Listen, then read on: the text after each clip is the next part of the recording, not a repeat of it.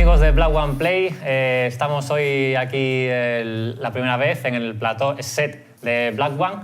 Vamos a entrevistar a dos motion graphers, artistas, ahora ellos nos dirán, que son David Guaita y Luis Ballesteros. Muy buenas. Hola, ¿qué tal? Muy buenas. Muy buenas. ¿Qué tal? ¿Sois artistas, sois diseñadores, sois motion grapher? ¿Cómo os nombráis vosotros mismos? Bueno, yo en mi tarjeta intento resolver esa cuestión siempre y me cuesta mucho por el nombre, pero la forma más fácil a lo mejor es decir motion grapher.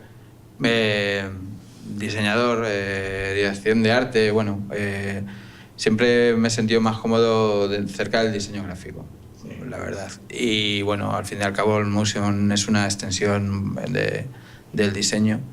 Y bueno, pues por formación soy de Bellas Artes, entonces me siento cómodo con la etiqueta de artista a veces, pero vamos, tampoco es una cosa que me haga llevar fular y boina, vamos. ¿No vas a ser de rollo artista? No. Es esa faceta peyorativa del artista no me interesa mucho. ¿Y qué sois hacer? Porque normalmente, o al menos lo que hacéis los dos juntos, son cabeceras para pelis españolas, en su mayoría, o en 100%, vamos. Sí, bueno, básicamente lo que hemos hecho juntos han sido cabeceras de películas. Luis y yo nos conocimos haciendo Telefónica.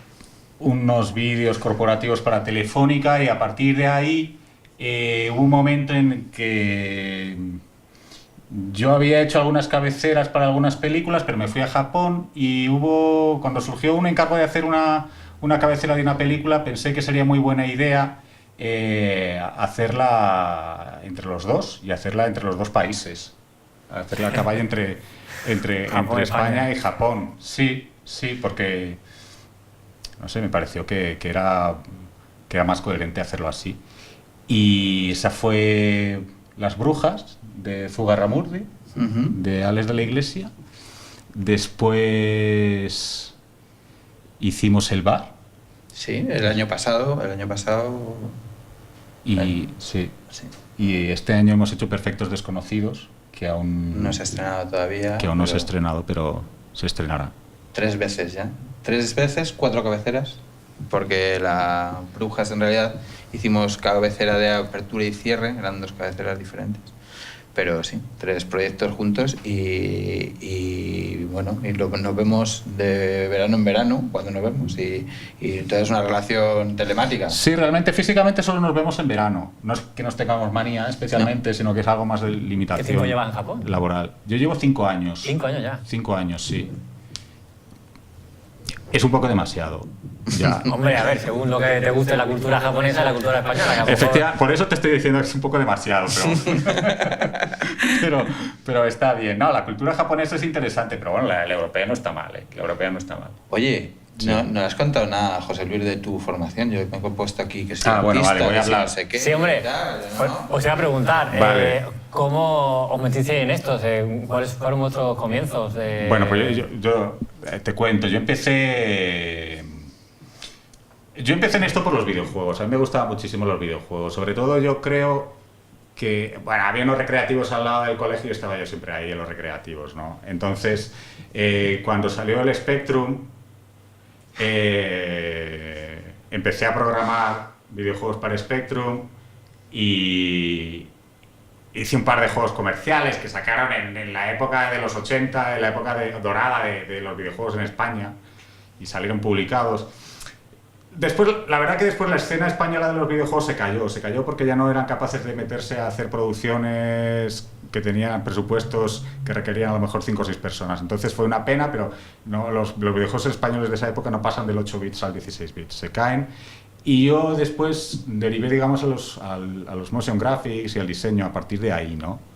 Yo recuerdo que empecé haciendo vídeos musicales, empecé haciendo fondos de vídeos musicales. Por ejemplo, hice un vídeo musical para Fangoria que se llama Sálvame, porque era como un videojuego. porque era como un videojuego. Y después pues hice otros vídeos y empecé ya a hacer así como películas y grafismo para televisión. Grafismo para Canal el Plus. salto así como... No, porque las herramientas, campo. las herramientas son muy similares. Quiero decir, las herramientas Sí, que tú sí. utilizas para hacer un videojuego, ¿no?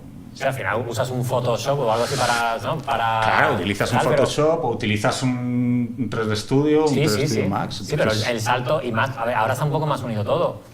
Los motores de render y tal, pero antes sería diferente, ¿no? No, pero también tú piensas, sí, no sé, también tú piensas que yo qué sé, si puedes hacer un videojuego, ¿por qué no vas a poder hacer unos fondos para un vídeo? Sí, bueno, los videojuegos siempre han tenido los videojuegos siempre han tenido la necesidad de, a partir de cierto punto, de cinemáticas para cambios de fase, presentaciones y tal. O sea, que son mundos que en un momento dado han empezado a ir en paralelo. Pero fíjate que a mí eso siempre me ha parecido en los videojuegos un poco una perversión. Cuando empiezan a meter los videojuegos cinemáticas, yo estaba diciendo, ¿pero esto qué es? ¿Por qué de repente moto, ¿no? sí, exactamente. ¿Por qué de repente los videojuegos quieren parecer películas si esto realmente ya no es lo que Y sale luego en es el juego, súper cutre, ¿no? Además. Claro. Tienen que meter dentro de la historia, si no, ¿cómo te enteras? Te lo van a contar en Ya, claro, pero... A mí me dio mucha pena hace poco que... Aceleran como los juegos, aceleran la historia. No, pero Sí, claro... sí. No te creas, ¿eh? Yo hace poco estuve jugando al StarCraft, el StarCraft, y la cinemática que viene de inicio no te mete nada en la historia, te da mal rollo.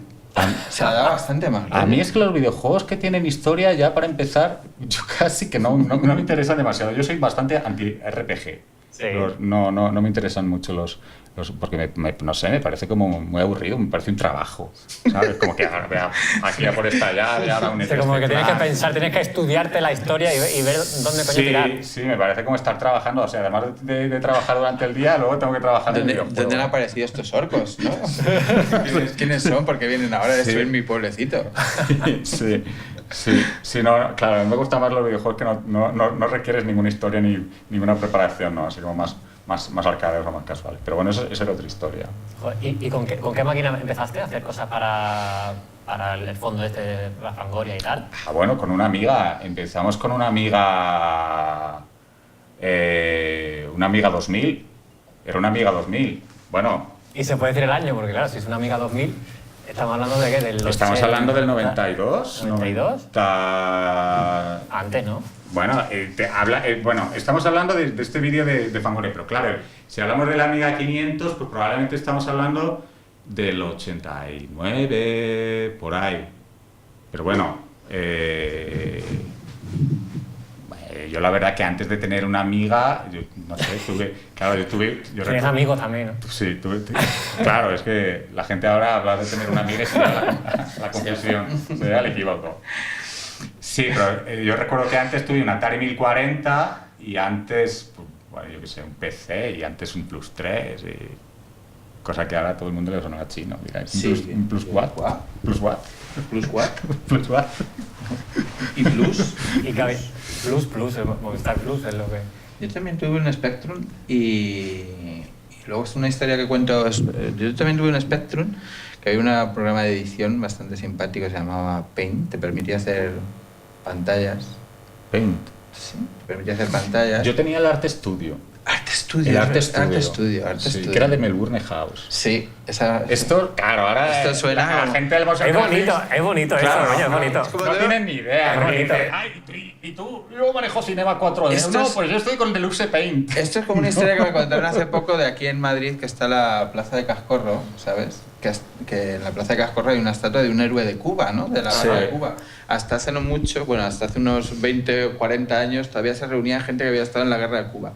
Nosotros estamos hablando de cosas que directamente morirán con nosotros, como la guerra de Cuba. No, de todas formas, bueno, esto es un poco al margen, pero hablando de lo retro, sí. Por ejemplo, ahora hay mucha gente que tiene mucho interés en toda la informática retro, ¿no? En los videojuegos retro de esa época. Todos los que hacíamos en ese momento videojuegos... nadie quería hacer algo retro, sino precisamente todo lo contrario. La gente lo que quería hacer era cosas... Hombre, es que en ese momento no era retro. Claro, la gente quería hacer cosas absolutamente vanguardistas. Claro. Entonces, cuando ahora la gente mira para atrás y lo ve como una especie así como de cariño retro, A muchos de nosotros como que miramos esa época sin realmente tener como ninguna especie así como de añoranza o de cariño, así como de algo. No, era lo que se hacía con lo que había. Y muy pesado, ¿no? Y muy lento todo y muy Sí, hombre, era... laborioso y... No, pero también lo hacías así como con ganas, no sé. Es que no podías comparar, Luis. Era lo que había y era así. Sí, sí, Se sí, no podía sí. decir, Sí, los uy, qué lento procesos va. eran- sí. Claro, No, si lo claro. comparas con ahora No sí, tenías por qué pero... comparar el efecto ahora, claro. No, lo que era muy interesante de esa época, por ejemplo, había cierta capacidad de ganar dinero que era bastante mayor que la capacidad de ganar dinero que tiene ahora la gente cuando empieza. Por ejemplo, yo recuerdo que cuando empecé, a lo mejor yo tenía 13 años y había revistas a las que tú mandabas un listado de un videojuego y te pagaban 15.000 pesetas. 15.000 pesetas, en ese momento estamos hablando a lo mejor pues que son como 90 euros, una cosa así. Era muy poco dinero, pero para alguien que tiene 13 años era mucho dinero. Ya. Era mucho dinero, era de repente tener la posibilidad de ganar dinero Sin ser autónomo y sin... cuando tienes, claro. Y sin todo esto que, Cuando ahora, tienes 13 que años. esto es ilegal ahora, ¿sabes? Entonces, como todavía había muy poca gente que hacía esto, era Sí. muy fácil escalar. Sí. Es decir, bueno, pues si ya has hecho un videojuego que ha vendido una revista, has hecho 2, has hecho 3, ahora tú haces uno más grande y lo mandas a una casa que publica videojuegos cuando había casas en España que publicaban videojuegos. ¿Vale? Era como la progresión lógica. Sí. Era la progresión Pues el lógica. estilo de Steve Jobs, ¿no? Porque me recuerda un poco el rollo este de... Sí, estaba más abierto. Claro. ¿no? De la historia de Steve, ¿no? Que era como un videojuego, uno, otro... Sí, sí. Y entonces, claro, a lo mejor, pues no sé, tú tenías 18 o 17 años y estabas ganando, había gente que ganaba así como 1.000.000 de pesetas y está todavía como en el instituto. Cosa que ahora seguramente, bueno, ahora te puedes hacer youtuber. Sí. Ese debe ser el nuevo paradigma de... Te puedes hacer youtuber, sí. Dentro de 20 años será retro de YouTube. Sí. Sí. O puedes Esto que hacer... hacemos ahora es retro. Claro. Puedes saluda a la cámara. Oye, ¿qué tal dentro de 20 años desde la retro YouTube? Desde el pasado. Hola. Claro, ¿Cómo claro. estás? Sí. O puedes, también, no sé, ahora también la gente puede hacer apps. Sí. Aunque Sí. a lo mejor cada vez está más difícil. Pero bueno, esto por ejemplo que tú lo controlas más porque trabajas en el mundo de los videojuegos ahora, Mm. también el acceso es diferente, ¿no? Es más fácil, más difícil que antes. Ahora realmente... Ahora es realmente muy difícil. Realmente es muy difícil. Porque hay muchísima gente haciéndolos. Hay muchísima gente haciendo apps. Y aparte ahora hay un componente que antes no había tan fuerte, que es la promoción. Ahora ya no es el juego, sino que también es... Destacarte. Es hacer Sí. la promoción. Ya no Todo me el refiero marketing. solo a nivel de blogs, sino a nivel de comprar anuncios. Quiero decir, si el juego empieza a escalar, tú tienes que sacar parte del beneficio del juego en invertirlo en promoción del juego para que el juego se vaya arriba, ¿no? Y poner tanques en 3D en la tele, y, en fin. Y contratar a Schwarzenegger y... Claro, como el anuncio este claro, del juego de móviles. efectivamente. Bueno, que se nos va un poco la tarde. Vamos a, Sí, perdón. a recentrar otra vez. Sí que tu historia. Vale, yo después, bueno, empecé a hacer cabeceras de películas. Yo recuerdo hice la cabecera de Los Lobos de Washington, después hice la cabecera de 800 balas para Les de la Iglesia, después hice las cabeceras de Torrente 2, Torrente 3, Torrente 4. La progresión lógica. Sí, por seguir la numeración. Y después empezamos un poco con bueno, después vino la cabecera de Balada Triste de Trompeta y A después mí me fui a gusta Japón. mucho esa cabecera, te lo he dicho ya más veces, ¿no? Balada Triste Me gusta muchísimo esa de cabecera. Trompeta. Esa cabecera me gusta mucho. A lo mejor es que es una cabecera un poco atípica, porque es una cabecera que está hecha con montajes es un montaje de fotografías. Si te fijas el estilo de Balada Triste de Trompeta de esa cabecera, que habla de los orígenes de la televisión en España, es similar al estilo que tenía la cabecera de Informe Semanal de los años 70.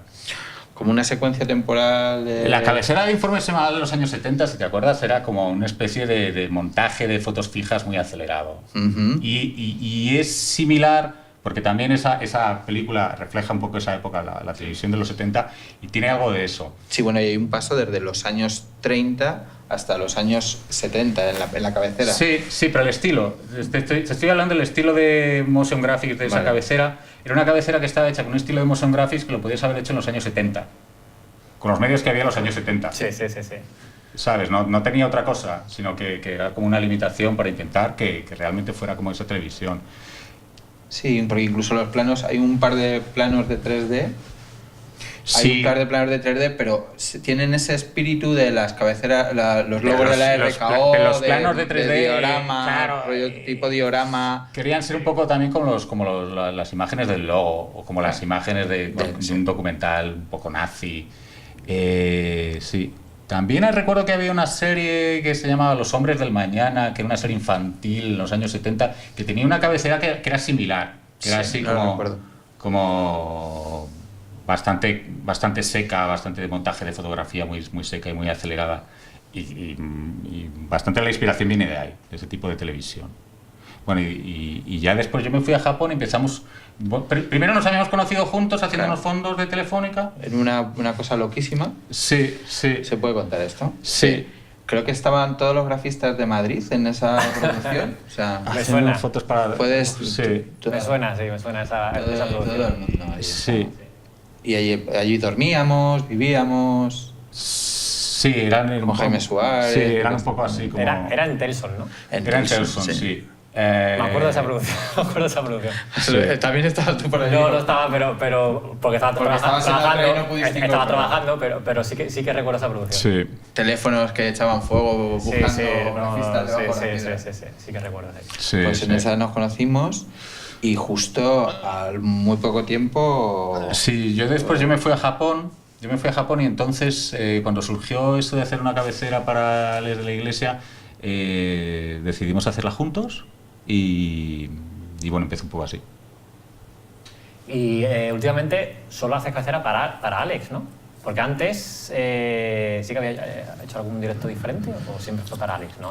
Hay alguno suelto por ahí que no es Alex. Sí. Aparte de Torrente 2, Torrente 3, Torrente 4. Sí, pero las últimas son todas son vuestras, ¿no? La cabecera. ¿De Alex? ¿No? Sí, las cabeceras de... Las últimas, porque Alex creo que entre medias, después de las... No todas. También Alex ha hecho otras películas que no sé, Los Crímenes de Oxford, Los Crímenes de Oxford. Bueno, no todas. Vale. No todas. Y bueno, sí, yo he trabajado también para otros directores, haciendo otras cabeceras, sí, también. Pero antes. Antes de Alex. Sí. No, me refiero que esos directores eran antes de Alex. Ahora es solamente Alex, ¿no? ¿O ha seguido... Ahora es solamente Alex. Bueno, tampoco ha surgido oportunidad de hacerlo con otro, pero... Tampoco hemos hecho promoción. No. Es buen momento. White y Ballesteros no somos una marca de abogados laboralistas, somos unos creadores de cabeceras. No, la verdad que como autopromoción es una cosa que no es muy lo nuestro. Hombre, también nosotros tenemos un poco el hándicap a la hora de colaborar, que David está en Japón. Claro. David está en Japón, tiene su curro a tiempo completo en Sega. Sí. Entonces, los de Alex, yo creo que son un poco unos divertimentos que nos gusta hacer todos los años. A ver, pasa una cosa. Por mi experiencia también, hay directores mejores y directores peores. Alex es un director que es interesante lo que hace. A lo mejor si viniera otro tipo de película, con otro tipo de director, las circunstancias en las que estamos, que trabajamos por separado, pues a lo mejor no la cogíamos, pero Alex, la verdad que es interesante lo que hace. Bueno, por supuesto, tiene sus altibajos también, como todo el mundo, ¿no? En lo que hace, pero realmente tiene un nivel artístico, tiene como una intención. Si fuera otro director, o si nos plantearan hacer algo como más, no sé, más comercial o que nos diera más pereza, no sé si lo haríamos o no. Sí, sobre todo los planteamientos... Perdona, pero eso, porque sobre todo los planteamientos iniciales de Alex, aparte de la película que te pueda interesar más, siempre son muy buenos. O sea, él siempre llega él siempre tiene una idea de de lo que... O sea, ahora estamos viendo aquí la Sí, de eso es las verdad. brujas, él siempre tiene una idea de lo que quiere en la cabecera, que a nosotros luego nos da... Es que nosotros tiramos y hacemos... Es muy terrible cuando te llega un director que realmente no sabe lo que quiere. Ya. Alex, él tiene muy claro lo que quiere, lo que le gusta y lo que no le gusta, y eso es fenomenal para trabajar con él. Porque todos hemos tenido experiencias de que a veces el director no sabe realmente lo que quiere, entonces lo único que pide es que le muestres cosas, pero como no sé, no tiene un criterio realmente tampoco. Claro. Por eso es bastante infernal. Entonces, es verdad que al final llega un momento que tú también intentas seleccionar a los directores. Dices, vale, para este sí. Claro, pero para este no. Claro, sí, bueno, y los directores y los clientes en general en Motion también son así, o sea, al final es como los novios o las novias. Hay con gente con la que te quieres repetir y gente con la que no quieres saber nada. Hay gente que es infernal. Hay gente que está muy bien trabajar con ellos y gente que no repetirías porque el trabajo es horrible. Claro. Sí. Y eso es muy importante, o sea, que la gente tenga claro lo que quiere o por lo menos sabe a dónde quiere ir, porque los límites son buenos. O sea, los límites marcan te marcan un camino creativo, te permiten marcar un camino creativo sobre el que investigar y sobre el que investigar ya intentando buscar resultados. Porque si estás con alguien, como dice David, que quiere ver tus intenciones de probar, no pueden ser muy intensivas porque te lleva un montón de tiempo, te lleva caminos de ida y vuelta muchas veces y es agotador. Sí, es como alguien que realmente tenía algo que contar y alguien que quiere crear algo que parezca una película pero que no sabe muy bien cómo, ¿no? Sí, pero también un director, un cliente sin animación, entiéndeme. O sea, cuando tú le explicas lo que quiere, si él no sabe lo que quiere y tú lo tienes más o menos claro, se lo explicas a él, y si no tiene imaginación o no tal, bueno, tú házmelo. Sí, la proyección... Si lo ve, no le gusta, lo tienes que repetir otra vez. Sí. Y otra vez, claro, es que también versión 1, versión 2, versión 50, ahí y también no lo ve. tiene que haber un universo plástico en el que tú tengas una capacidad de conectar con el director. Porque si tú estás hablando de... Al final, la comunicación verbal no funciona en estos casos. Porque no es una comunicación verbal, sino que es realmente una comunicación plástica. Sí. Entonces, las referencias son visuales. Las referencias son visuales, claro. Tú tienes una sintonía visual con el director, o como de repente aparezca un director que tiene un universo visual diferente al tuyo, apaga y vámonos, porque no... Sí, o sea, cada vez que pensando, por ejemplo, en Alex, tiene referencias culturales bastante... o sea, que podemos compartir y son amplias, además, ¿sabes? Sí. Sí. Es que ahí hay un problema con la clientela, bueno, o lo hay con algunos clientes, que es eso, que a lo mejor no vienen del mundo de la imagen, porque el mundo de la imagen no es solo... al fin y al cabo esto es el último hilo de una tradición cultural, ¿no? La creación de imágenes que tiene miles de años, ¿no? Entonces nosotros ahora lo hacemos con estos aparatos tan potentes que tenemos y microprocesadores, pero al fin y al cabo estamos impactando en un cerebro que tiene miles de años y que lleva miles de años produciendo imágenes y que más o menos tienes que tener un background cultural para saber sobre composición, sobre percepción, sobre... ¿no? De eso, Alex, en ese sentido, algo que tiene muy interesante es que él claramente tiene un interés por el arte de todas las épocas.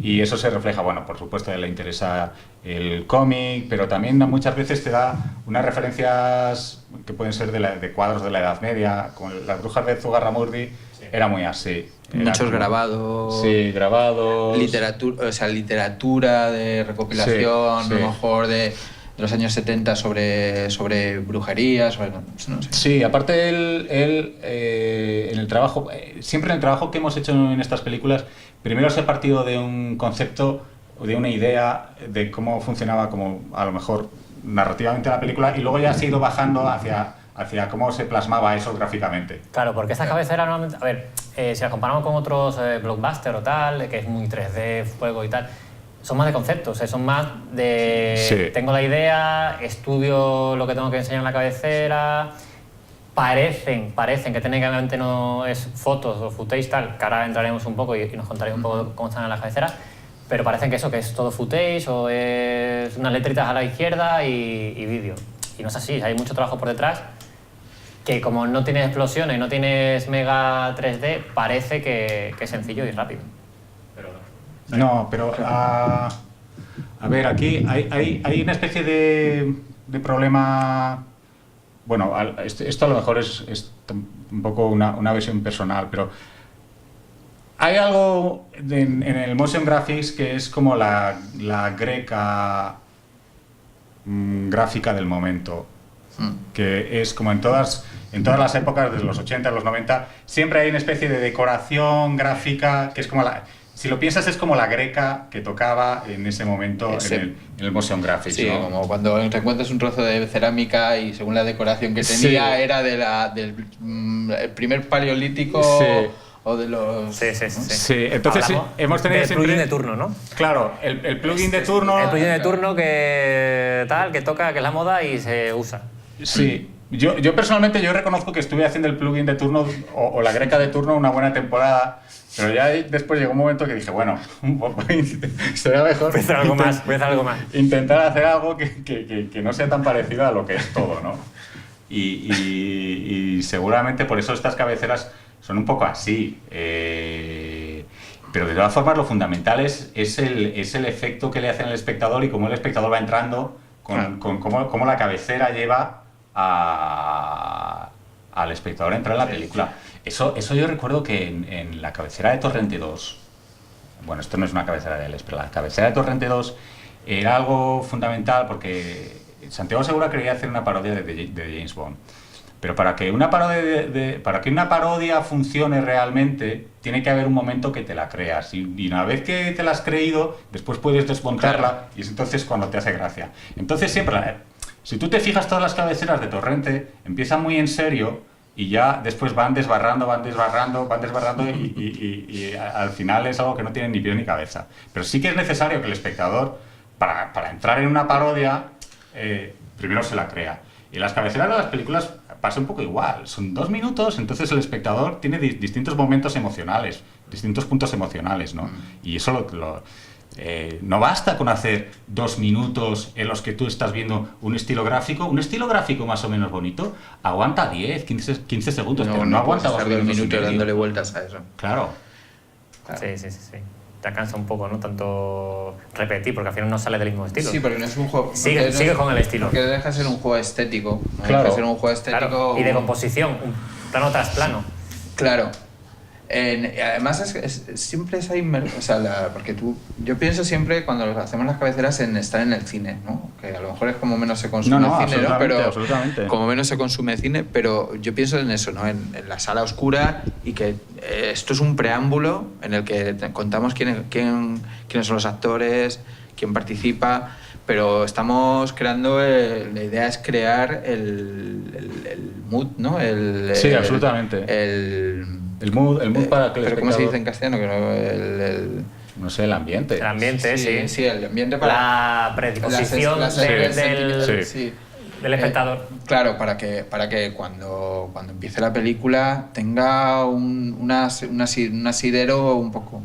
Que a veces, eso es cierto. A veces puedes pasarte también, ¿no? O sea, contar de más. Hay que tener un equilibrio para no... Sí, pero hay algo en las cabeceras de cine que es un poco así, que el espectador llega con un montón de estímulos todavía de la calle, llega con un montón de conversaciones. Entonces hay cabeceras que lo que hacen es meter en el ambiente de la película y limpiar todo eso. Hace como una especie de limpia de todas esas cosas que está pensando el espectador y lo ponen en situación de ver la peli, ¿no?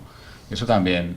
Luego hay algo en las cabeceras de cine que tú puedes hacer algo más lírico que lo que es luego la película en sí. ¿Vale? Tú puedes, como estás en un mundo muy plástico, tú puedes expresar algo más poético que después lo que sale realmente en imagen real, ¿no? Y reflejar algo que luego la peli no lo puede reflejar tanto, pero que está dentro de la historia, ¿no? Es que mira a la cabeza Torrente, con eso de lírico y poético. Bueno, igual decías lo de Torrente, lo de, hacer una parodia de la cabecera de James Bond. Sí. Entonces entras en una... Tienes que dar pasos hacia lo serio para luego poder hacer la ironía. Claro, para que tengas sentido. Estaba pensando en la cabecera, por ejemplo, de las brujas. Sí.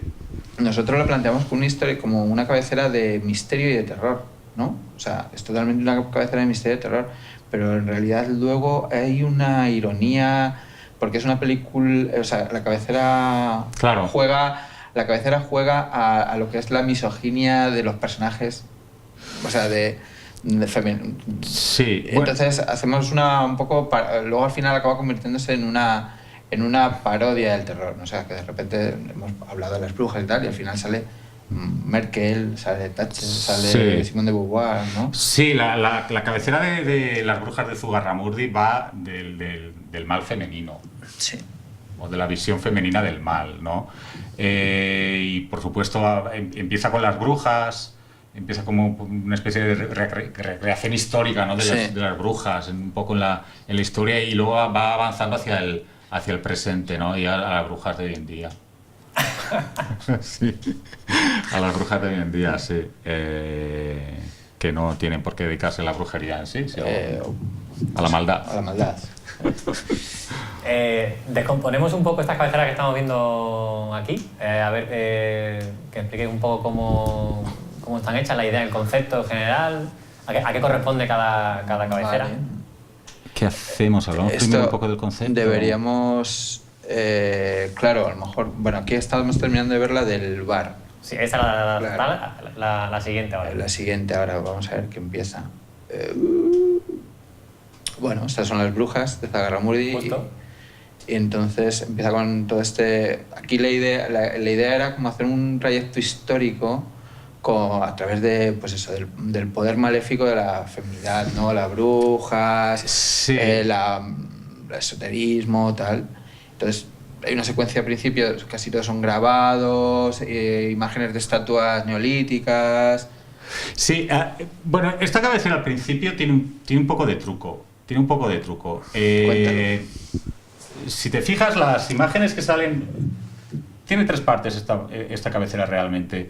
Tiene al principio unas imágenes muy chocantes, después tiene unos recorridos de grabados por brujas de la Edad Media, y ya después vamos hacia brujas del momento actual. Las imágenes muy chocantes en un videoclip, en un video musical, en una cabecera, hay una técnica y un truco muy bueno que es al principio hacer algo muy chocante, algo que te descoloque, porque eso te quita las defensas. Una vez que tú has visto algo muy sorprendente que no sabes, que no entiendes lo que va, bajas las defensas y ahí puedes entrar con otra cosa. ¿Vale? Entonces por eso al principio salen esos grabados tan raros. Escaleras. ¿No? Sí, las escaleras, esos grabados que no sabes lo que son, ¿no? Esos rayos al principio del sol. Sí, que es un poco como... Parece como algo de la alquimia o algo críptico o algo como... Y que al final es también un poco, no sé, lo que la gente tiene por detrás de la mente, a lo mejor cuando piensa en las brujas, es todo esa magia desconocida, ¿no? O la magia negra que nadie sabe cómo es. Sí, claro, ese conocimiento gnóstico, ¿no? Sí. Entonces, el principio de la cabecera de las brujas es como gnóstica, ¿vale? Es como de un conocimiento que tú no tienes. Y después ya vas entrando en lo que son las brujas, ¿no? Pero sí, ese a lo mejor es un truco personal, pero empezar haciendo cosas que descolocan, sí, pone al espectador en un punto de vista en el que luego es más fácil que entre en otras cosas. Sí. Esa cabecera era un poco así. Esa es la parte final, ¿no? de la película. Sí, porque en realidad en las brujas tuvimos un trabajo doble que era apertura y cierre.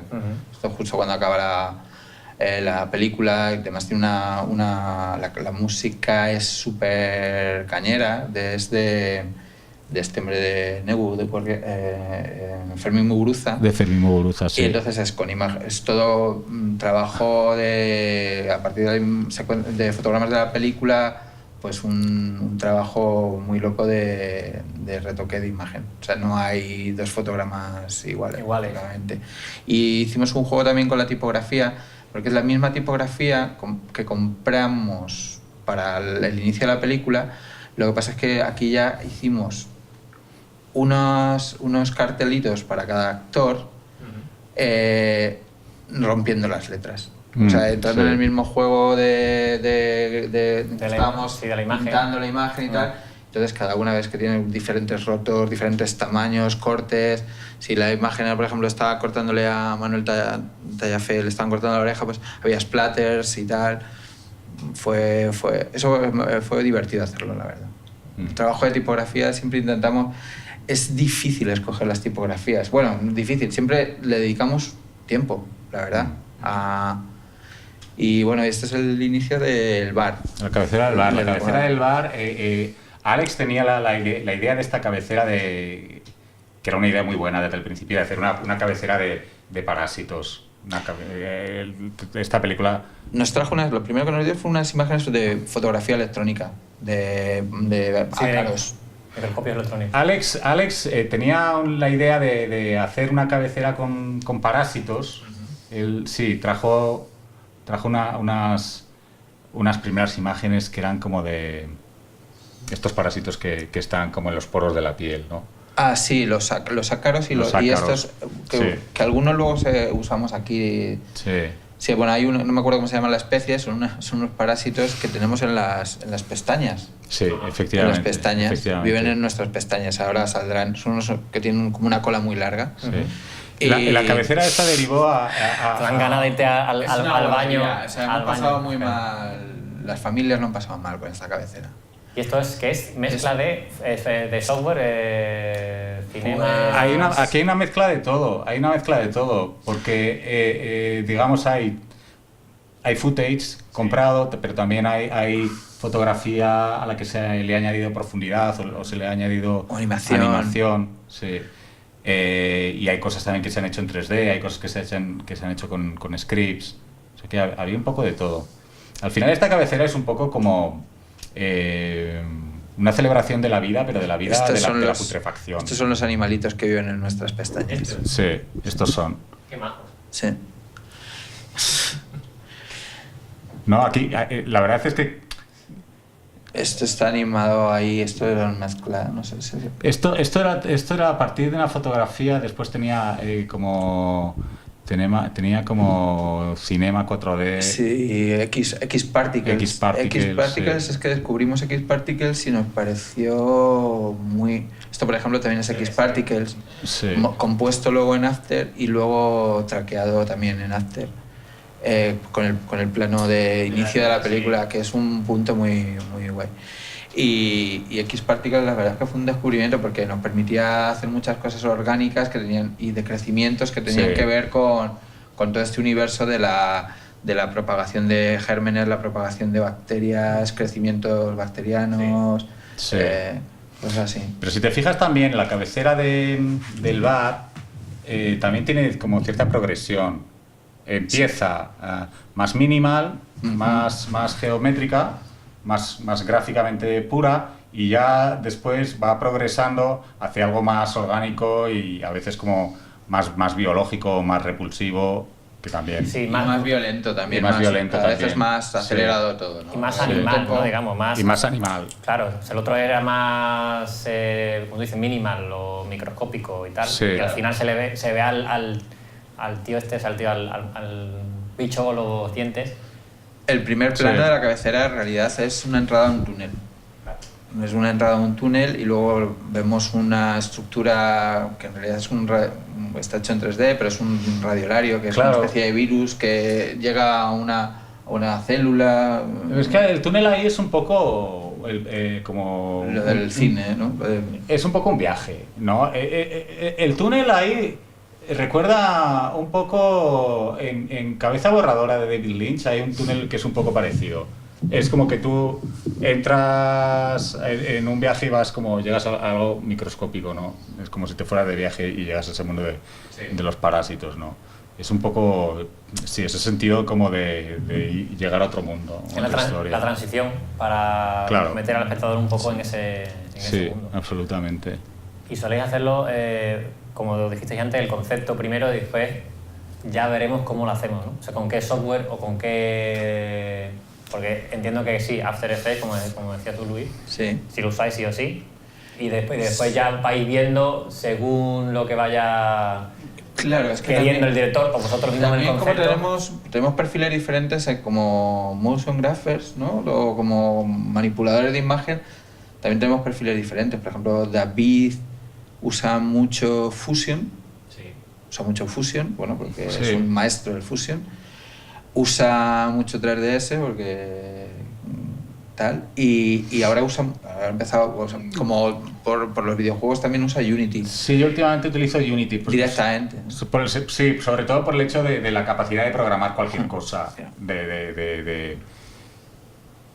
A ver, es que es un poco de pereza a mí personalmente con los programas gráficos. Lo que es una pereza es que cada vez te tienes que aprender el interfaz de usuario de cada uno de los programas, que al final están haciendo todo lo mismo, pero claro, te tienes que aprender cómo Sí. ha puesto los botones, Sí, la diferencia. la diferencia de cada programa. Pegar el salto del Max a la Cinema o del Max a, Efectivamente. a un Entonces, Houdini o una cosa. Lo bueno que tiene la programación es que pasas de todo eso y directamente escribes el código y mueves las cosas y... Eso fue muy, por ejemplo, eso es verdad que el lenguaje de la programación es al final Es muy efectivo. la lengua Es franca, muy efectivo, sí. porque por ejemplo en el VAR, ¿te acuerdas lo de la propagación, está el crecimiento, la duplicación Sí. hay un plano que es como una duplicación de células, por así decirlo. Entonces se hizo en Cinema, pero Mira, ahora vamos a ver otra vez. sí. Y el caso es que yo me atasqué muchísimo. Y al pasárselo, David, pues él es el ¿cómo se llama? El este de nodos de Cinema 4D. No voy a, el Expresso. El En Expresso. Expresso. Claro, Gracias, Benji. Ahí, Benji. David cogió la estructura de Expresso que yo había parcheado ahí, Sí. entonces enseguida se metió y la filosofía... Este plano, por ejemplo, este es Unity. Eso es Unity. Eso sí, Unity, sí. Vuelve un poco... no se puede bueno, se volver. puede. El plano anterior sí, Bueno. es que es como un fondo así con unas bolas y que tiene también como unas ramas. Sí. Esas estructuras están generadas en Este Unity. es el plano que hablamos de programación. Sí. Esto es Xparticles. Esto es Xparticles también en Cinema. Sí, a lo mejor es que Esto es imagen real. todos Incluso- estos sistemas de partículas, en el fondo, al final son como interfaces gráficos para algo Sí, que por pero no, debajo no, de claro, programación. claro. O sea, por Claro. ejemplo, todas las librerías de dinámicas del mundo vienen de 2 o 3 sitios, ¿no? De Ballet y de... Ahí hay un problema en el motion graphics y en Ay, esos- perdón. ¿Qué? Ah. A mí me parece un problema en el mundo del motion graphics, que es que hay una excusa por simplificar las cosas, de volverlo todo, ponerle a todo interfaces gráficos, ¿no? Que cada vez te separan más Sí. de lo que realmente está ocurriendo, porque cada vez hay interfaces gráficos más complicados para hacer cualquier cosa. Y eso hace también que la gente pierda el hilo de realmente lo que está haciendo, ¿sabes? Lo bueno de la programación es que entiendes que realmente cuál es la operación que está haciendo con las imágenes, Sí. y entonces puedes llegar a un momento a extraer cuál es el interfaz gráfico de turno que han hecho para hacer Y eso. puedes trasladarlo a cualquier aplicación. Sí, y aparte hay un problema de la gente que aprende motion graphics, que es que hay un vicio, que es que la gente se cree que aprender motion graphics es aprender los interfaces de los distintos programas, dónde está cada botón en los distintos programas. Y realmente no es eso. Totalmente. Realmente no es eso, ¿no? Es qué tipo de manipulaciones puedes hacer a un 3D o qué tipo de manipulaciones puedes hacer a una imagen en general, ¿no? Es diseño, al fin y al cabo. Es diseño, yo como lo veo, es un poco que el motion graphics es diseño. Da igual que se va a manejar 100% una herramienta o no, mientras que con ese 50% a lo mejor que sabes usar de la herramienta, 3D o After o lo que sea, sepas sacar ahí lo que tu diseño o lo que te pide el director o el cliente. O sea, no tienes que saber, como tú dices, dónde está cada botón y qué hace cada botón exactamente. Si no, No. sabes mezclar lo que hace, si no sabes mezclar esos botones para que salga algo decente. Claro, es que al final, eso es algo que nos pasa a todos. Al final todos lo que pensamos es en técnicas.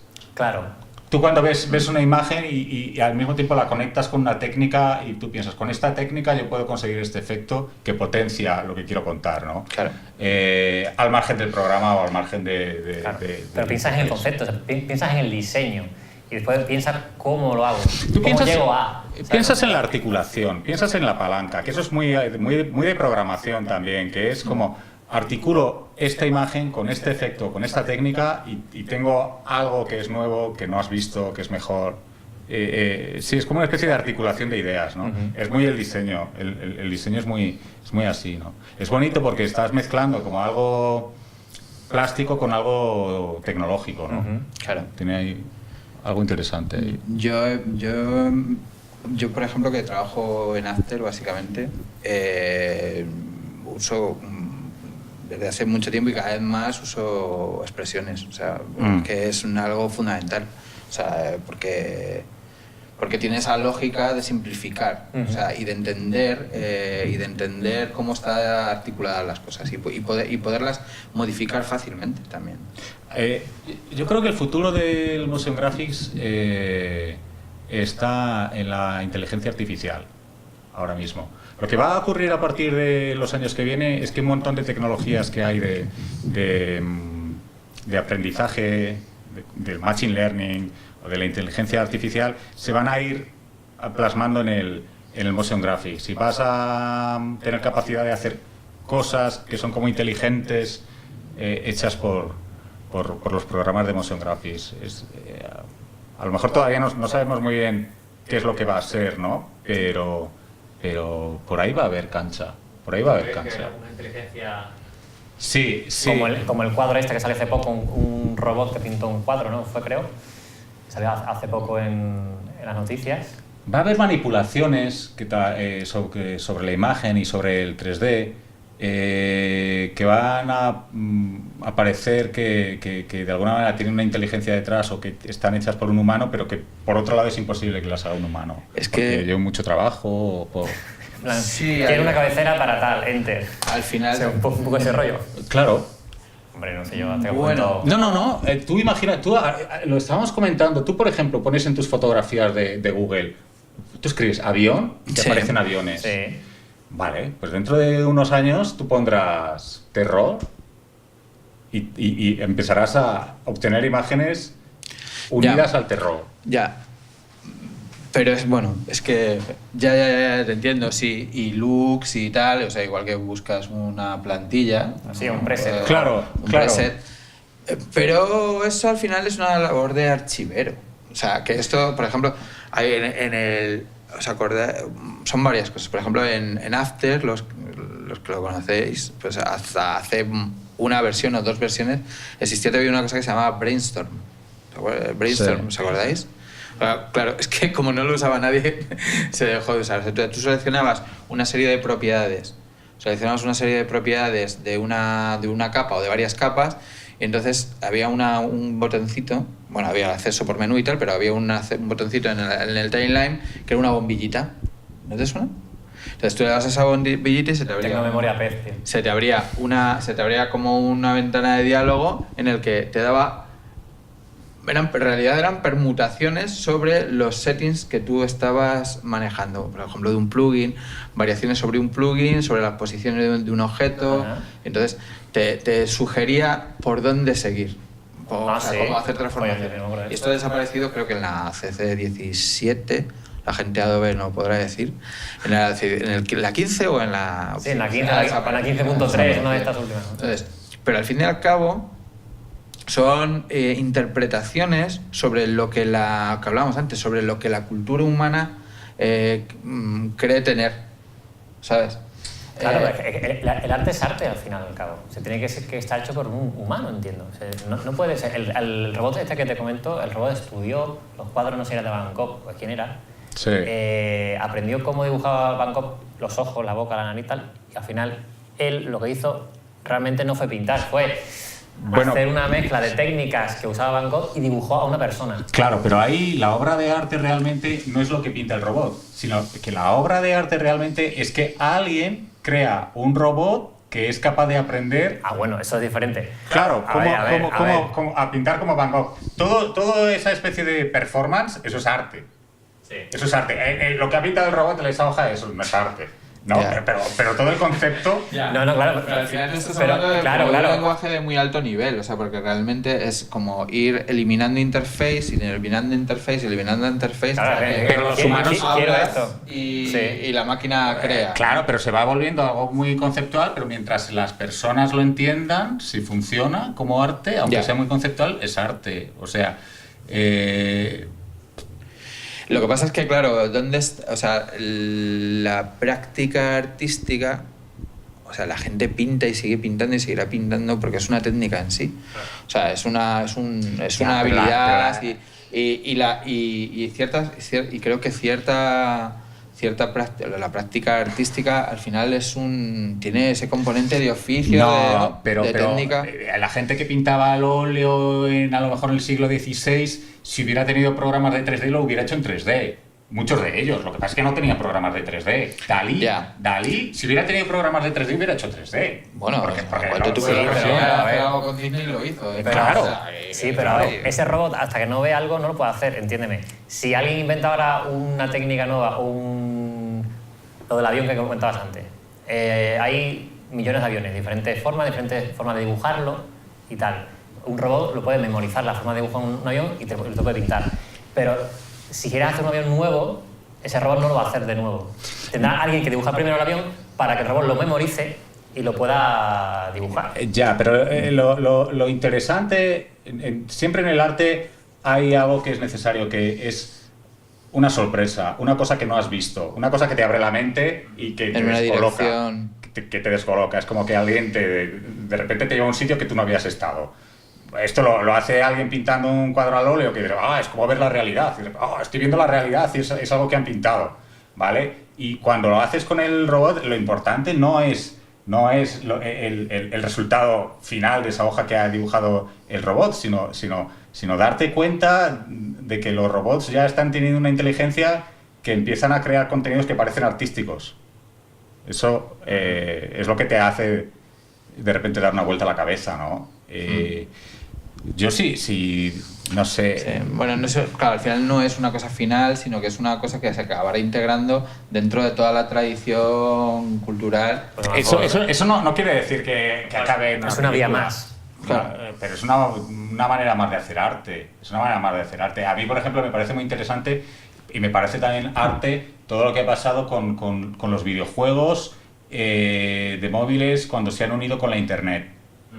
Ha habido una cosa en los videojuegos, ha habido algo muy interesante, que es que tú antes, cuando hacías un videojuego, el videojuego era como únicamente iba en una dirección. A partir de que llegan, sobre todo con los móviles y la internet, lo que ocurre es que el videojuego, al mismo tiempo que el jugador juega, también está enviando datos de lo que hace el jugador a los que están creando ese juego. Es los que, viendo no solo lo que hace una persona, sino lo que hacen todas las personas que están jugando ese juego, con todos esos datos. El Big Data.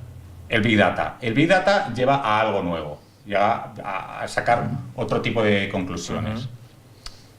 Eso es muy interesante. Es algo que antes no existía y que ahora existe, ¿no? No sé, es como una especie de organismo vivo o de algo... Una nueva frontera Sí. donde expandir. Sí.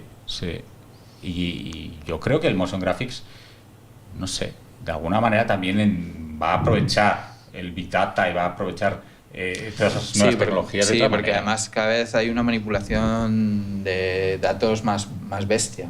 O sea, por ejemplo, a mí me llama mucho la atención un caso particular, ¿no? O sea, por ejemplo, gente que a mí me gusta mucho trabajando en cinema, como Homedal, ¿sabes? O gente así, empieza en cinema, pero empieza a trabajar sobre todo con Expresso, con nodos, con programación, y de repente pegan un salto a un software, pasan a Houdini, porque Houdini es capaz de manejar mucho mejor Todo de cero. una cantidad ingente de datos, de tal, ¿no? Ya, Entonces, pero tú te imaginas es cuando... una capacidad de manipulación al final, ¿Tú ¿no? te imaginas cuando vayas a hacer una cabecera y le digas, quiero imágenes de terror, se lo comuniques a la máquina? Sí. Quiero imágenes de terror con 4 cartelas en 30 segundos, más o menos en azules y para un público de 30 años. Ostras, pues será muy bizarro. Smart After Effects, ¿no? Pues será muy... La versión para 2030. ¿Y quién es el señor que va a decirle eso a la máquina? ¿Va a ser tú se lo dices. No, pero aparte, alguien tiene que hacer eso. ¿Quién va a ser Alguien tiene que programar eso. No, eso lo van a hacer los robots de Google porque eso es Machine Learning. Claro. Eso es Sí, Machine son los Learning. que van a interpretar... Buscan, claro, el Machine Learning busca patterns. Sí, con el Big Data, lo estamos hablando. Exactamente. Entonces van a empezar a aprender qué es lo que la gente de 30 años tiene asociado con terror. Sí. Entonces, claro, tú podrás decir que una cabecera para 30 años terrorífica. Pero es una mina, y empezará. pero no es todo el oro, es una beta nada más. O sea, lo que... Es que me parece demasiado, ¿no? O sea, demasiado...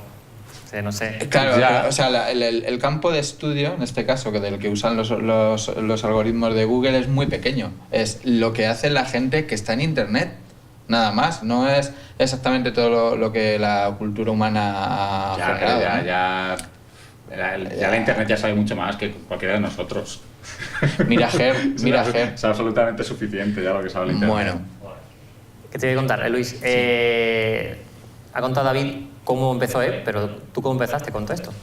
yo empecé estudiando Bellas Artes. Bellas Artes. Yo estudié Bellas Artes, estudié 2 años aquí en Madrid, en la Complutense, y luego me fui a la Facultad de Cuenca, que era una facultad que llevaba muy poco tiempo y que además tenía un concepto bastante avanzado, porque claro, la Facultad de Madrid hasta hacía muy poco, bueno, en ese momento pues era bodegones, pintar, modelos Sí. y todo esto, y muy poca teoría, ¿no? Y a mí me interesaba bastante más la teoría.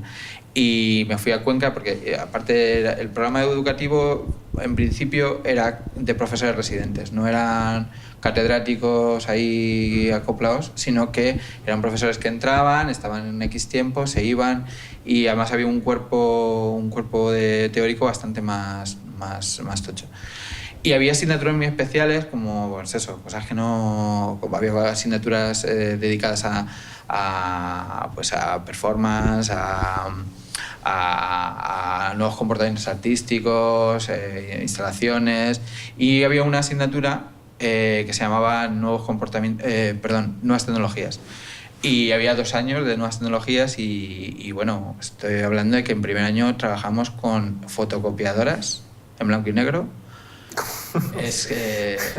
faxes. Nueva tecnología. Y ya en el último trimestre ya trabajamos con fotocopiadoras a color y hacíamos alguna cosa con Macintosh LC2. ¿Pero qué hacéis con collage? ¿Por qué otra cosa?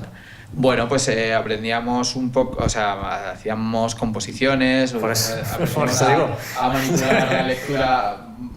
Se lo que haces en un Photoshop, pero en la mesa. Escáneres, hacían cosas un poco... bueno, a lo mejor ahora puede parecer muy primitivo, pero era muy potente y muy divertido en esa época. ¿Pero de qué año estamos hablando? Si se Pues puede estamos preguntar. hablando del 94, ¿puede ser? No puede ser, tío. ¿94? Sí, yo empecé en el 96, creo, a hacer 3D. Claro, es que ahí iba yo después. O sea, el segundo año de nuevas tecnologías ya trabajabas con los LC, pero ya en los LC había programas de 3D. Por ejemplo, estaba en Mac, estaba Strata, no sé si os suena, Strata. Sí, ¿no? Sí, seguro. Uno que era el True Space, que era uno muy antiguo y que no se usó. O sea, ya existía el MS2, existía el 3 Studio 4, el Softimage también, para Windows NT. Sí, pero bueno... Jurassic Park se hizo con Windows NT. Para que veas lo que son la formación académica. Ya. Nuevas tecnologías 1 era fotocopias y tal. Y a partir de ahí, pues nada, me compré un Macintosh y empecé a trabajar con imagen y nada, y luego por no entrar mucho en detalle del recorrido, estuve trabajando mucho tiempo en productoras audiovisuales, de asistente de realización y cosas así, preparando pre-production meeting. Entonces entré en el mundo de la publi y sobre todo de la organización de los proyectos, que me interesa mucho todo ese asunto. Y a partir de ahí, pues bueno, freelance como motion grapher y after. Y cinema cuando llego también. Ya está siempre de freelance, no has estado nunca fijo en un sitio. No. nunca he estado como operador en ningún sitio. En un sitio fijo. Siempre Autónomo, de freelance, vamos. Sí. Siempre. Autónomo del siglo, me van a declarar. Sí, güey. Como el Madrid, el club del siglo... Del 21. 21, 20, ¿no? Tiene que ser 20. 2020, 20. sí. Nombre del siglo XX. 20.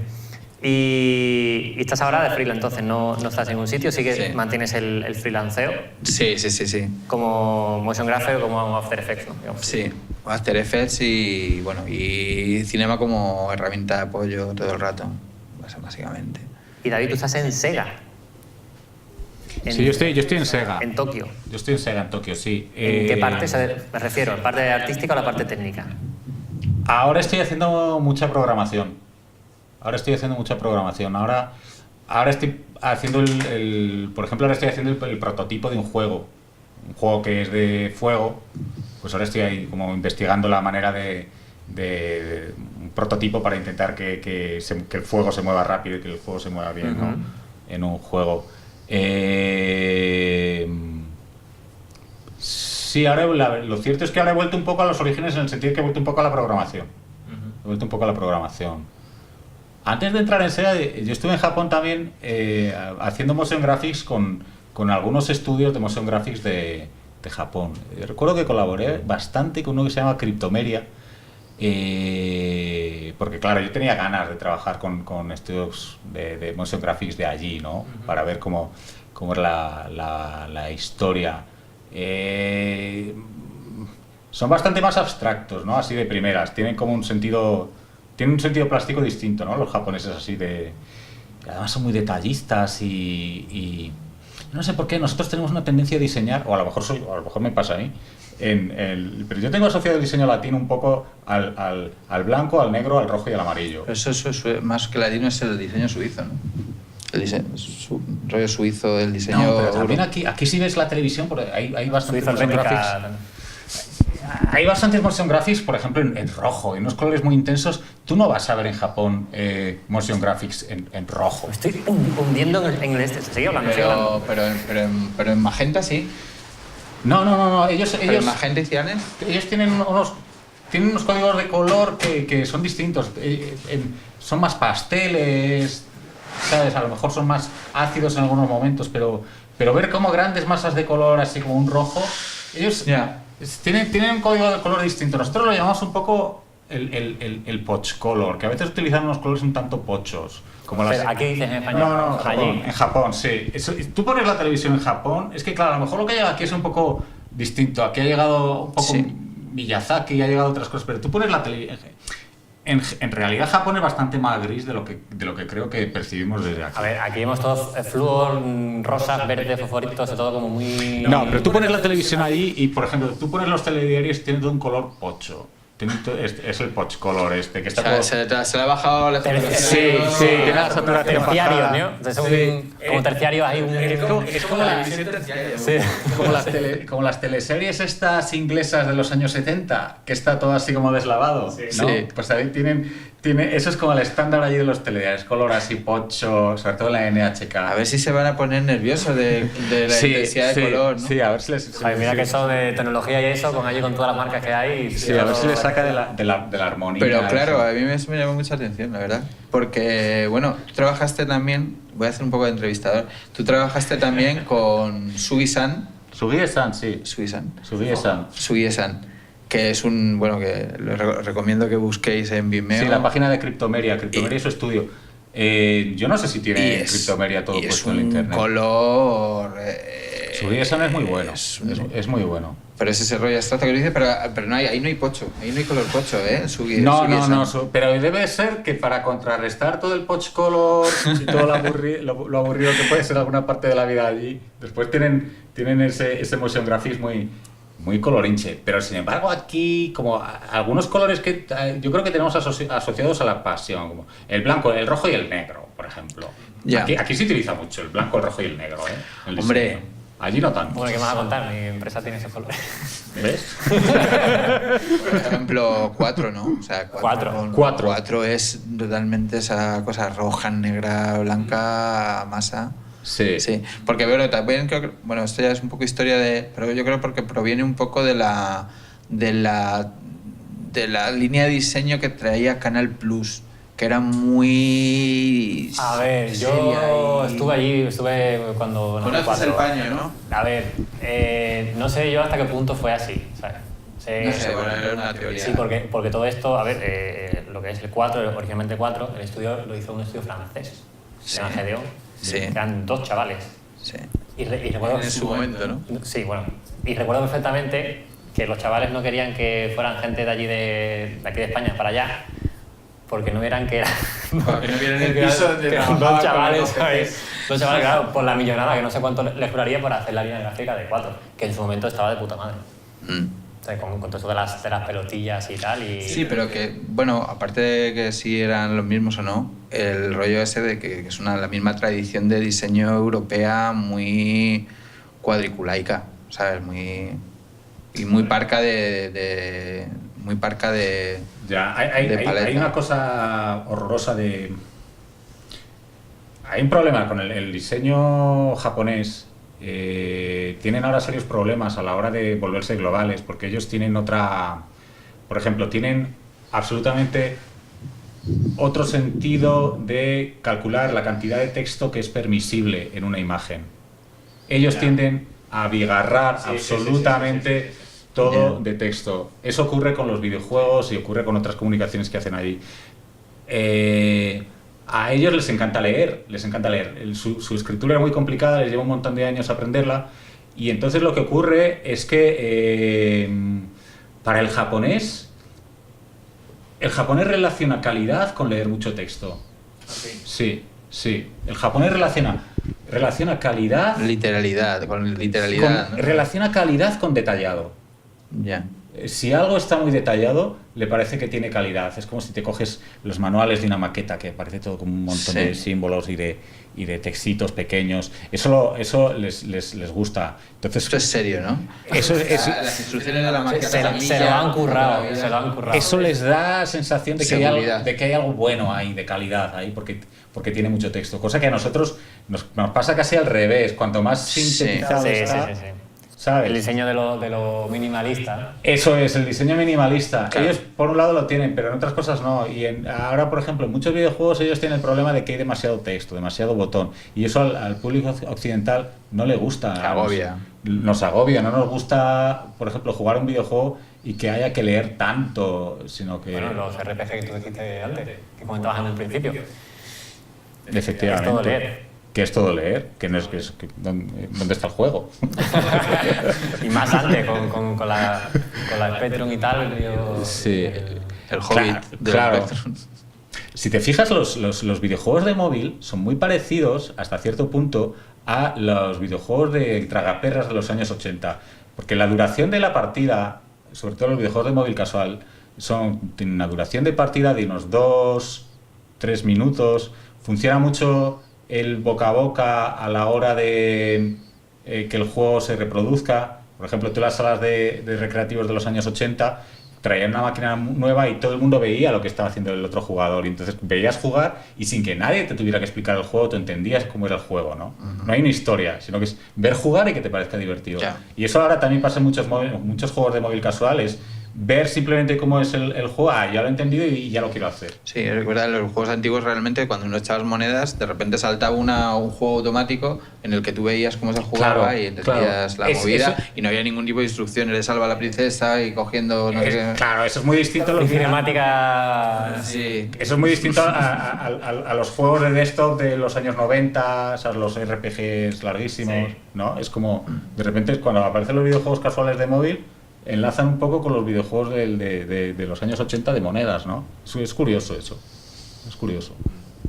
Bueno, chicos, yo creo que Bueno, ya. Sí, pues tampoco vamos a aburrir aquí a la gente. pues ya esto cuando Sí. tú quieras hacemos una tercera parte. Tercera parte. Hay para una y para dos partes. Sí, no, aquí va todo del tirón y quien se le puede tragar, que oye, unas palomitas o lo que sea. Efectivamente. Lo que sí que vamos a ver, es una cosa que tengo que contar, es que a todos los que vienen aquí a Black One los sentamos en nuestro simulador de coche y hacemos un pequeño ranking. Así que no sé si queréis que os ponga los dos o solamente Yo creo que el David- Yo creo David- que mejor aparecemos los dos. sí, para comparar, claro, porque quieres quedar bien con la gente. Joder, tío. Bueno, lo que diga Luis. No, venga, vale. Puede ser divertido ver a unos a los dos. ¿Sí? Sí, Vale. venga, Vale. Vamos a ver ahora cómo han pilotado en Suzuka. El juego consiste en hacer una vuelta contrarreloj en Suzuka con un Nissan GT-R 3 Nismo. Era un Nissan GT-R 3 Nissan mismo. GT-R Nismo. ¿Vale? ¿Significa Ya algo para ti? tengo 5 Mucho. tiempos aquí. Tengo 5 tiempos de otras personas. que Ahora han comprendo corrido. muchas más cosas. Benji, dale al play. Bueno, Mira, este es Luis. mira qué deprisa va el puntito rojo, ¿ves? Ese soy yo. Menuda velocidad. ¿Ves? Bueno, fíjate porque creo que esto... Ah, no, que no es. Este es el principio, a ver. Si no lo corto. Hiciste varias vueltas, ¿no? Sí, y todas de este palo de... Bueno, pero esto porque... Ah, no, esta es la última vuelta. Esta es la última vuela. Uy, la última Sí, vuelta. sí, la última esta vuelta. es la buena. Sí, Esta es la buena. esta es la buena. La Nada, buena, que ya empezaste con un bandera fracaso. negra. A mí es que no me gustan los coches de... Los juegos de conducir no me gustan nada. No los he entendido nunca. Bueno, la recta se te da bien. La recta La acelerada, recta da darle a bien. tope. La recta da bien. Yo soy de juegos de gatillo fácil. Call of gatillo Duty, ese tipo de cosas. ¿Ves? Ya ahí... ¡Hostia! Bueno, esta parte Mira, no pero estaba mal. iba muy bien por hierba, porque Sí. creo que el neumático era blando y... ¿Puede ser? ¿Eres familia de Carlos Sainz? No. De No, Rally ni, eso, ni de ¿no? Severiano Ballesteros. Tampoco. Madre mía, pues sí, me gusta... Nada, bueno. Bueno, pregunta obligada. Tienes carné, ¿verdad? Tengo carnet de hace un montón de tiempo y conduzco muy bien. No a altas velocidades, pero conduzco bien, hombre, ¿no? Yo creo que... Pero ya te digo, a mí esto de los juegos de carreras no me ha hecho nunca mucha ilusión. Pero no se te da mal. ¿Tú crees? No, las imágenes Son volantazos- tienen su espectacularidad. Quiero decir que no te aburres viendo esto. No, y No. son imágenes muy retro. Sí. Como esto del refresco, que De todas formas, Sí. no está bien puesto, está como un poco retro. tiene algo que ver. Estos Por ejemplo, colores la así gente que... Yo es que no lo veo mucho, las carreras. ¿La gente que le gusta las carreras le gusta también el ciclismo o no tiene nada que ver? Hombre, los pilotos suelen hacer mucho ciclismo por el tema de rendimiento físico. Sí. Pero, por ejemplo, ¿tú ves carreras? ¿De coches? Sí. ¿Y te gusta el ciclismo? ¿Verlo también? Hago mountain bike, yo. Y luego ves... Pero ciclismo, ves- el turno, por ejemplo. Eso no lo ves, ¿no? Eso no te... Yo no entiendo muy bien la relación entre ciclismo y carreras de automóviles. Yo creo, en general, yo creo que ha habido una parte que vas con mucho ímpetu, Sí, ¿no? sí. Así. Sí, después has visto, hostia, que esto es más difícil, espérate, vamos a Sí, frenar un poco. pero Es que creo que es la inercia, o sea, en la realidad tienes la sensación de peso y de inercia y eso, ¿no?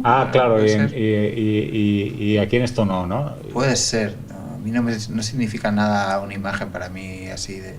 ¿Eh? Oh, madre mía. Ah, mira el rastro de... Ahí quemando ruedas.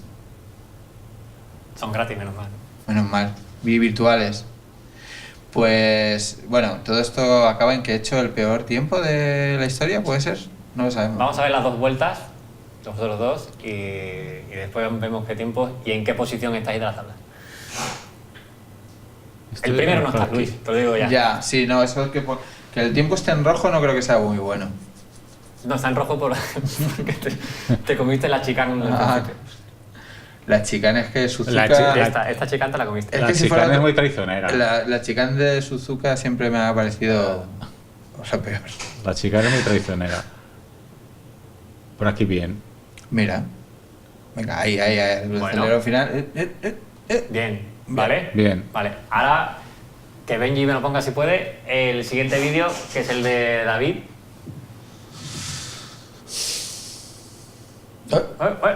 Ahí. Este es el mío. Ese es el final la vuelta lanzada. ¿Ves? Yo en cambio yo parezco más un conductor de la tercera edad. Voy así, como haciendo requiebros, corrigiendo sobre la marcha. Pero eso te da seguridad, ¿no? Es... Sí, pero es que no sé si me renovarían el carnet. ¿Conduces en Ni Japón? el permiso de armas. ¿Conduces en Japón o allí o no? Conduzco en Japón, sí. Por la izquierda. Conduzco por la izquierda. ¿Qué tal? ¿Qué tal el cerebro? ¿Cómo llevas eso? Bien, no, la conducción en Japón es muy... El problema de la Jubilados, no, es de claro, jubilados. el problema de la conducción en Japón es que todos respetan los límites de velocidad. No es como aquí, sino que aunque ahí van con sus Kawasakis y sus Hondas, realmente luego no pasan de 50.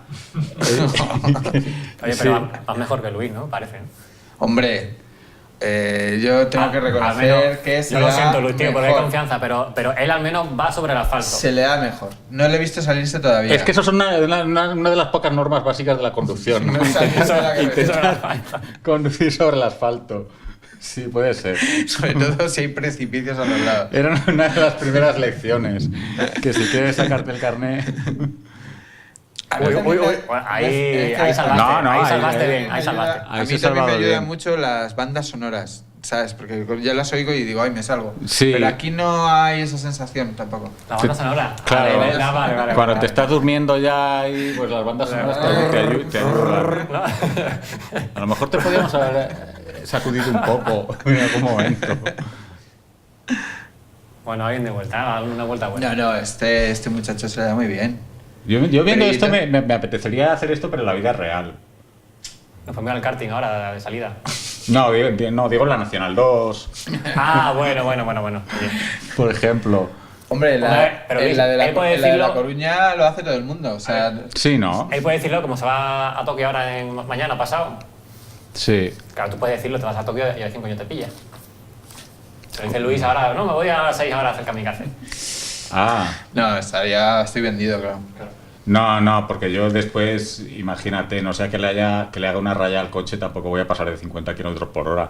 No sea que le haga un pequeño bollo o lo que sea. Tienes un mini coche, ¿no? Tienes allí en Japón que tiene No, yo utilizo... un K-Car de eso, ¿no? Como... No, yo utilizo car sharing, o sea, Vale. claro. Funciona bien allí esto. Funciona muy bien y te coges un coche, Bueno. te lo alquilas muy barato.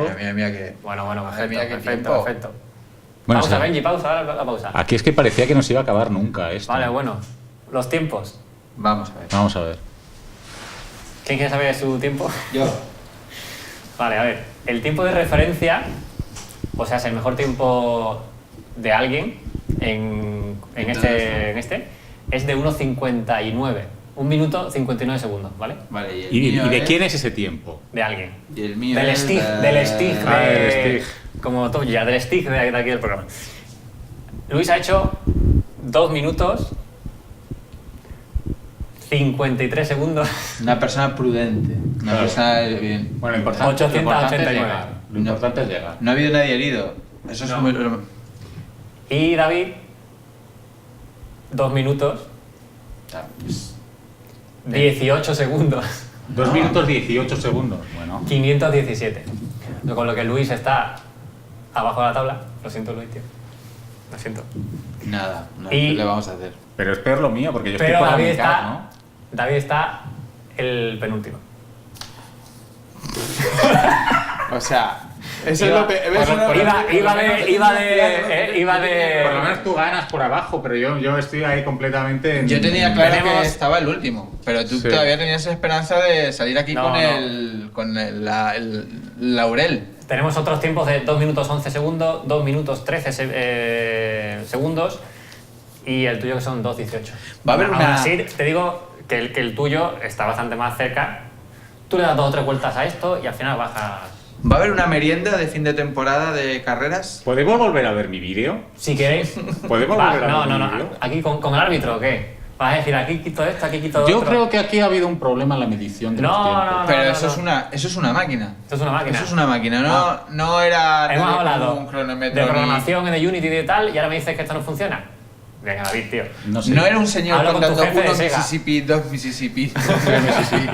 Hablo con tu jefe de Sega y le digo, oye, un segundo para David, el segundo no existe, es un segundo y algo.